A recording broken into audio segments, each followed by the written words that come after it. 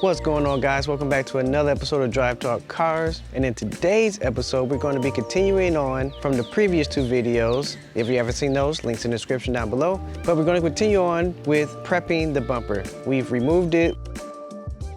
We've taken off all the plastic pieces that we're going to take off. And now it's time to sand it down and clean it up and get it ready for paint.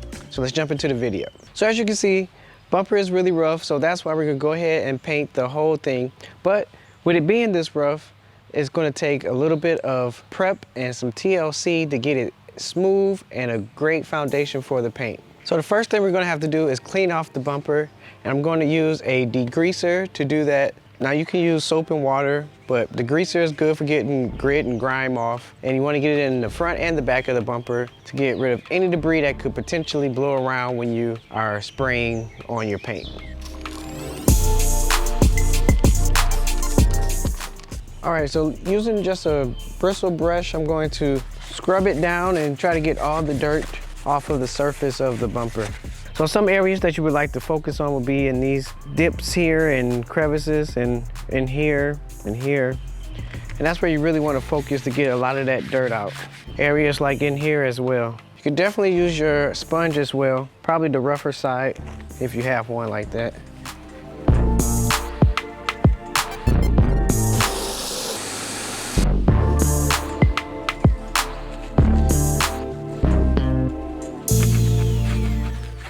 All right, you wanna make sure you get down in these crevices where the grill would normally go.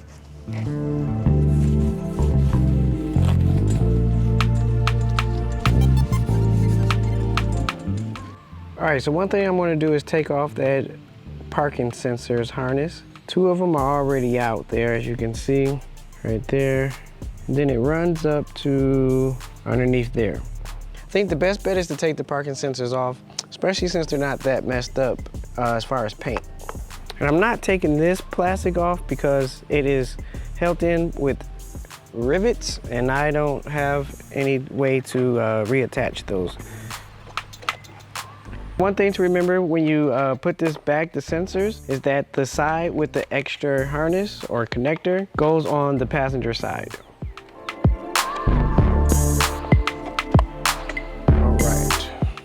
So as I mentioned before, you want to clean the inside of the bumper as well. And this is just to alleviate any debris that could potentially fly off and get into the paint. And always remember, your final product is only as good as your prep work. So if your prep work sucks, your final results are going to suck.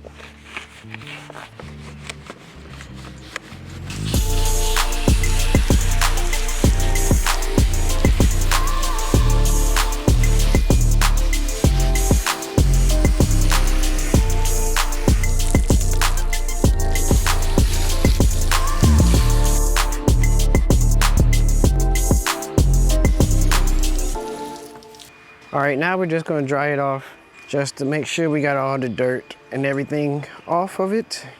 Then after that, we're gonna go ahead and start sanding down the rough spots underneath here. All right, so next we're gonna do is sand down the bottom piece. This is the roughest part of the bumper. It has the most scratches, obviously from hitting curb and whatever. I haven't hit it, previous owner did, wasn't me. Anyway, I'm gonna use 120 grit. You don't want to go too rough. 120 is pretty aggressive, but it's the lowest that I have out of this bundle of sandpaper that I bought. So I'm going to try this in a small area. If it goes too deep, then I'm going to go up to a higher grit. All right, so I just have a little sanding block. Here's a little sponge. Then I'm just putting the 120 over that, and I'm going to use that as my sanding block. I'm going to go in like a crosshatch pattern. I'm going to try just to stay on the rough parts and not go on the main parts.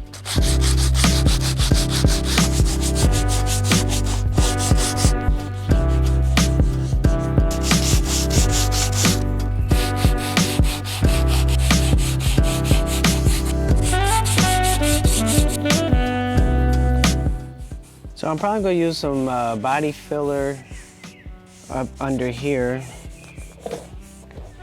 just to get it filling the deep scratches. So what I'm feeling for is just kind of a smooth surface where there's no high parts. So with this low of a grit, the 120, you really eat through the paint and primer, and you can go down to the bare plastic pretty fast. And I'm not really trying to get down to the plastic, so I'm just using this on the deep parts, and then I'm going to use like a 400 grit for the rest of it.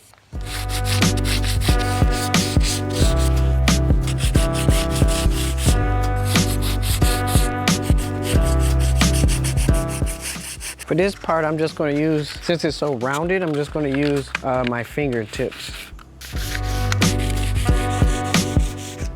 All right, so we sanded down the surface. Now we're going to use this Bondo Glazing and Spot Putty, and that's going to fill in the imperfections and the deep gouges and scratches we have. So you rough up the surface with the sandpaper, and then we're going to see what all we have to fill with this. So you want to make sure you have a clean surface. Since we did sand it, just spray it with a little water and wipe it down. So being that this is already mixed, what I'm going to do is apply it on the actual surface and then spread it out. Now, just for the record, I'm no body expert or paint expert. This is just the method that I'm using. Hopefully it will help you and guide you in your process of repairing your bumper. But I do know the trick is not to put on a lot. A lot of people put this stuff on so thick that it takes forever to sand it down.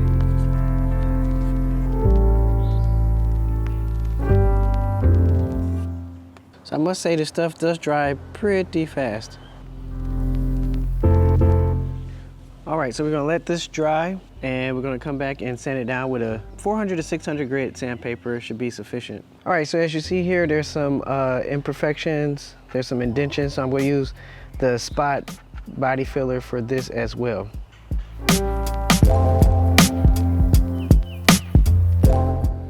Like I said before, you don't want too much, because then that's just more stuff you have to sand. So you want to get it as smooth as possible.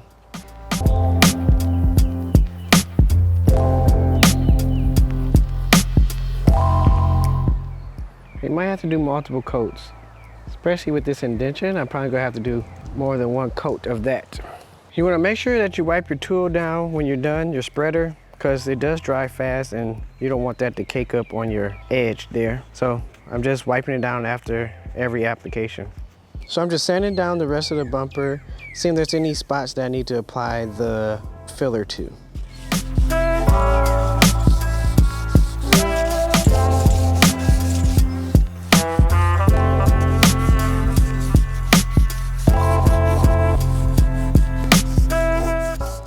So just from filling this, I'm gonna have to put filler all on here because there's a bunch of rock chips that are along this line here. All right, so right here, I have some clear coat that has been peeling off. So I wanna make sure that I get the edges smooth so they don't show when I do my primer and paint. Just a smooth surface is the name of the game.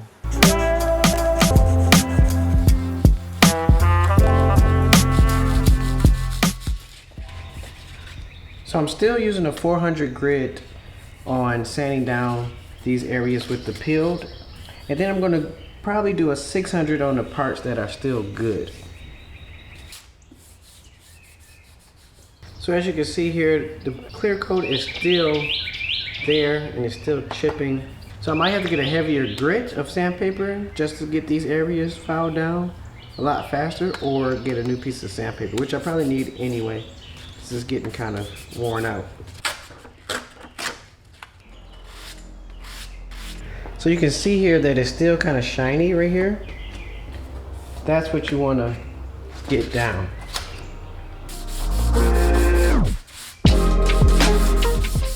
All right, so I'm using 120 grit. It's pretty aggressive, so I'm just going around the edges of this part here. What I'm really trying to do is blend it down to where it's smooth transition between the clear coat and the bare paint. That way I can lay my body filler, or maybe just go straight to primer with this stuff here. I may not have to really fill it in with the body filler and go from there. But I think I might just do the body filler, get everything nice and even, and then do the primer. With this 120 grit, I really don't want to go down to bare plastic. I don't have any adhesive promoter for the plastic.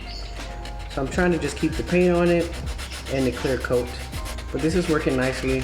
So now I probably can just take the 400 grit and sand out this even more since it has the rough grooves from the heavier grit.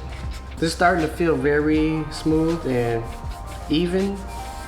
And this may be overkill, I don't know, but I do know that I don't want it to peel, so if I can make sure that I have a good flat surface, even with putting the Bondo over it, I think it's even better. So overkill is better than not enough, in my opinion.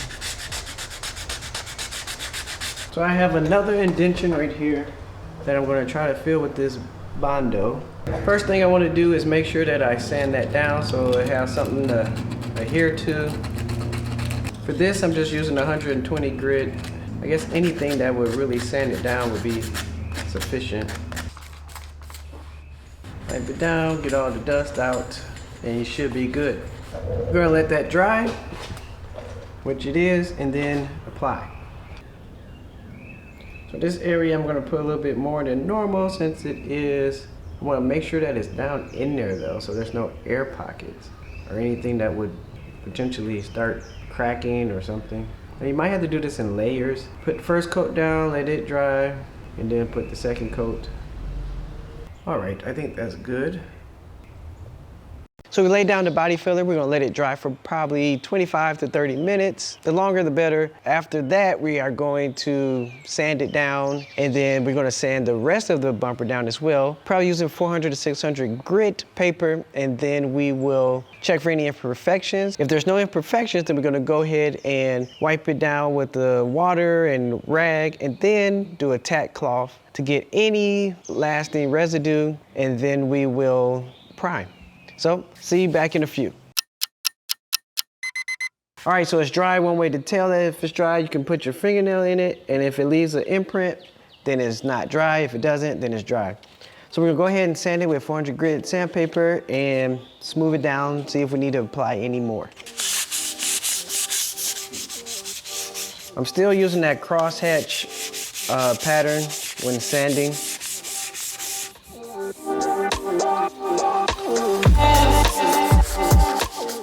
So it looked like here we're gonna have to apply some more in some of these crevices. They're pretty deep.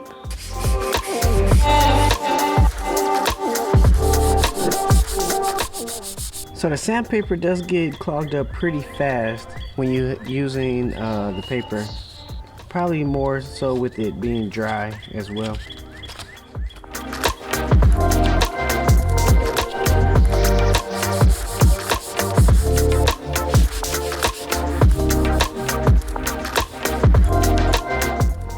All right, so this section had a big dip in it. Like I said before, you may have to stack it up slowly. You don't want to put too much because then it leaves room for it to crack or to be hollow and have air pockets. So I'm going to put another coat of body filler on here, and that should do the trick. I cleaned the area beforehand. We'll make sure it's clean and dry. I'm putting another layer. That looks about good. All right, so we'll let this dry for another 30 minutes and come back and see what the results are. All right, so for the areas that are not bondoed or have any type of filler on it, we're gonna go ahead and sand it with 600 grit sandpaper. The ideal is to not have any shiny spots. Shiny spots would be areas where the primer may or may not stick to very well, so we want to make sure we give it a good surface for the primer to do its thing and stick to the surface. So let's get into that. So as you can see here, the paint is dull. This is still shiny. We want to achieve this type of look and not this. As before, we're going to avoid these edges too hard because they will remove the paint like it did here when I did it previously.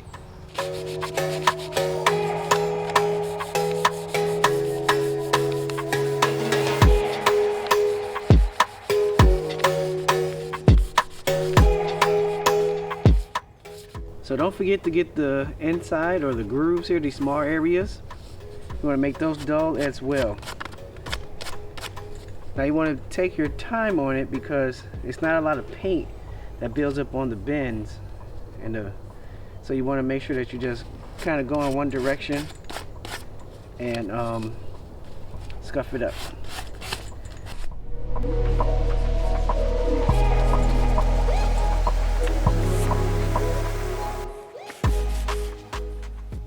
All right, so once you have all your sanding done, then you can go ahead and do a rinse, dry it off, see if there's any more spots that need to be scuffed up prior to prime. If not, you're ready to rock and roll. So let's go ahead and rinse it off.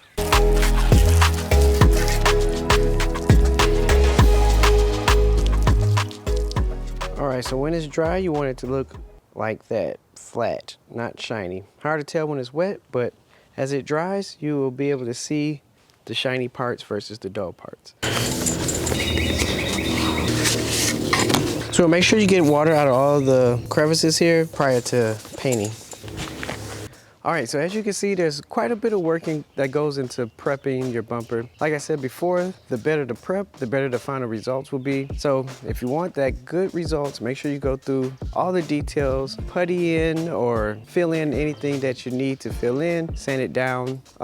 As you can see, had quite a few chips and imperfections that I wanted to correct. So we did that. So now in the next video, we're gonna go ahead and prime it and paint it, clear coat, and we'll see the final results. So if you enjoyed this video, please give me that thumbs up and I'll see you in the next one. And as always, do it until you can't, and I'm out.